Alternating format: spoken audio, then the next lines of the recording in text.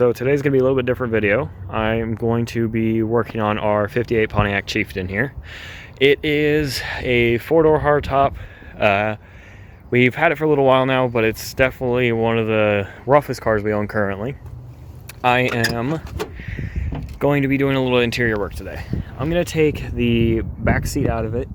The back seat's actually out of a Buick of the same year, but since it's the same body style, body shape, we were able to use the seat out of it because when we got it, it didn't have a seat. But I'm going to go ahead and take the seat out. We have a moving blanket that from like Harbor Freight or whatever. I'm going to cut all the extra foam, cut the extra fabric so at least the seat is smooth. And then I'm going to go ahead and hog ring the moving blanket on there, and I will show you guys that process when we get to it. Today we're going to be just doing a simple little project. I showed you the clip of the Pontiac at the very beginning of the video. I went ahead and got the rear seat top and bottom out, and I brought them here into the shop, cleared off the workbench again, got ready for another project. The first thing I'm going to go ahead and do is just clean up all the old vinyl on this. It's not going to be perfect. I mean, the seat itself is, well, very crunchy, and it's never going to be like some chip foods level reupholstered shop, but it's going to be good enough for what we're doing. I mean, you saw the Pontiac. It's not exactly a SEMA vehicle, I'm just saying. This is just so we can have somewhere to sit in the car that isn't immediately just disgusting. We're going to ignore kind of most of the tears and stuff and most of the stains. We're just going to ignore the stains, and that's why we're putting the blanket on it, so we can ignore all that. I'm going to go ahead and bring you guys in and show you exactly what I'm going to be doing on this. So if you see, I don't know how many of you have messed with the seat before, but there's what are called hog rings right here and right here all along the metal rail that hold the fabric to the actual seat itself and to the foam on the seat. I'm going to go ahead and take the moving blanket that we got for this, because that's how we're going to reupholster is with a moving blanket, and I'm going to attach it in the same spots with hog rings all along the edge and stretch the blanket out over the seat and just kind of layer over top of what's already there to be able to give it another life for at least a little while. But other than that, I'm going to go ahead and set it up as a time lapse of me cleaning this thing off. I'll bring you guys back in once I've cleaned it off, and we'll go from there.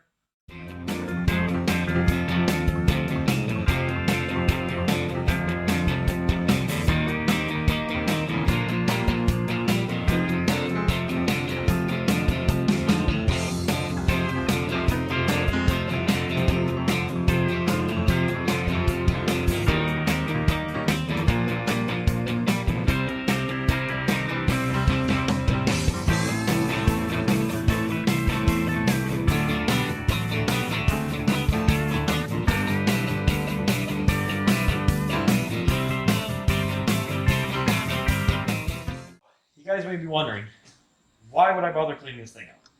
2 reasons. 1, smell. 2, I don't want it to attract more mice. That's my main thing, right?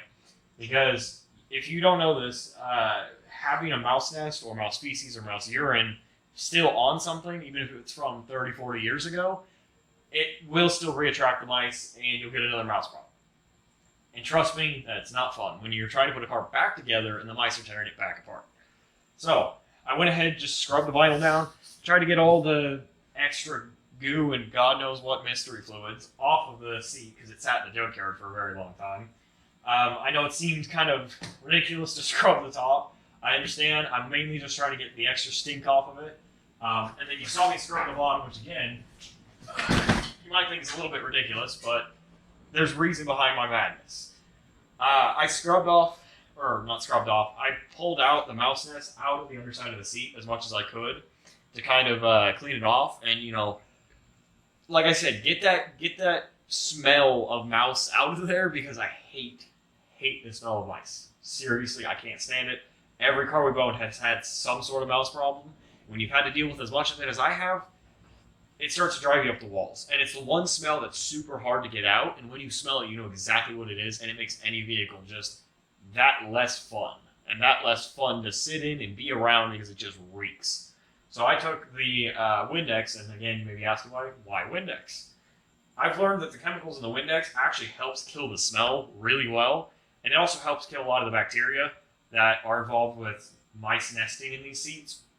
And so, again, it looks ridiculous scrubbing this mess of a seat down, but there's method behind the madness, trust me.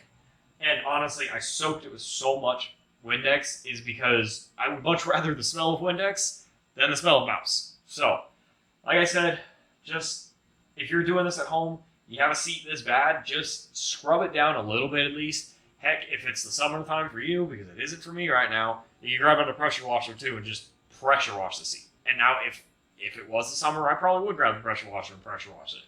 But for right now, this is going to be good enough. It's not meant to be perfect. This whole fix thing with using a moving blanket, you've seen tons of other YouTubers do it. I'm doing it because I learned it from them, and then I'm going to show it to you guys too. And I'm just doing it to give this seat a little bit more life as long as we have it. So now that I explained to you guys kind of why I cleaned it, I'm going to go ahead and set you guys up on a time lapse and kind of give you a little bit of an idea of what I'm going to be doing. I'm going to take out the moving blanket that I have, set it up underneath the seat. I'm going to measure it and then cut it and then start doing the hog ring stuff. And I'll bring you guys in once I start, putting on the hog ring so I can show you what I'm doing. And then again, we'll just go back to time lapse and kind of hurry up this process. I'm not making this some long, super long tutorial video. I just kind of want to show you guys what I've learned to do from other people.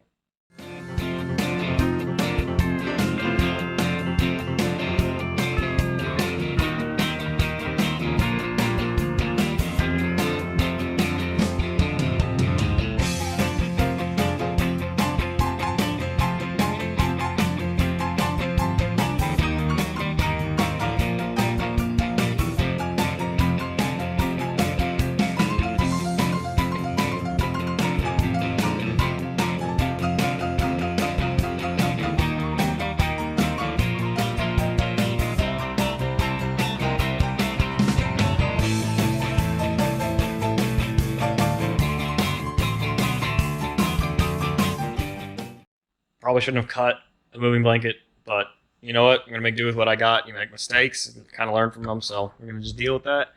So the plan is going to be just to wrap the moving blanket over the edge here and hog ring it to the outer edge of the seat along with the original rod that goes right here, and just kind of go from there and just see how it turns out. If it fails, it fails. I mean, this moving blanket was only like $10, so really it's not too expensive just to get another one.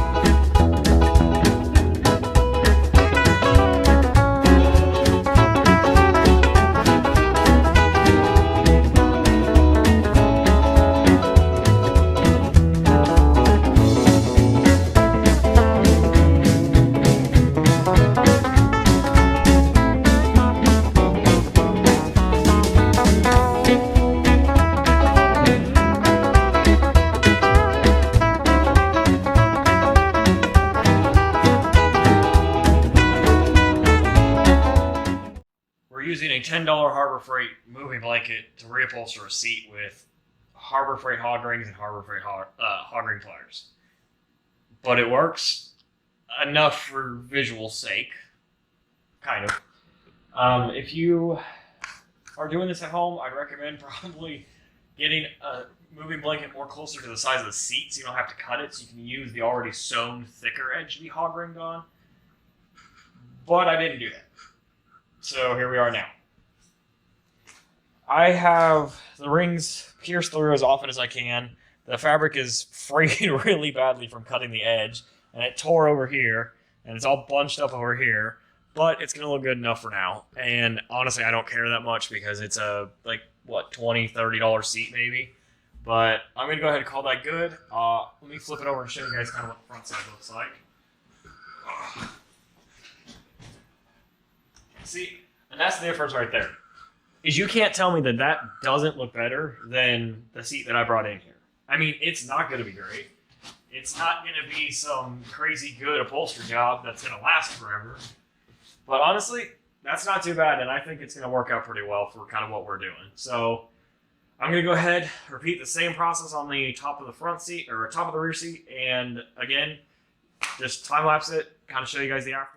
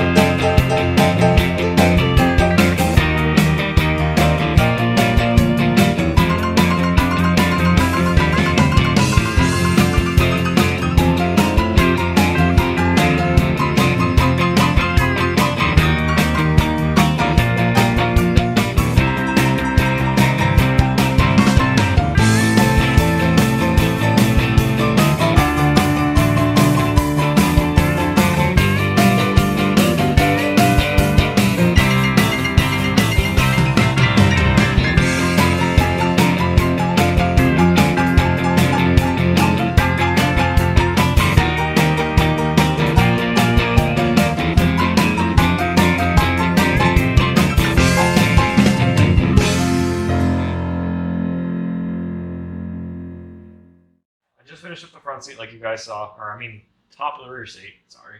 I got it mostly good enough. I was able to learn from doing the bottom half, kind of a little better technique of how to do it, you know, doing straight across the top and then across the bottom, then folding the sides in so you can stretch it out and then stretch it over.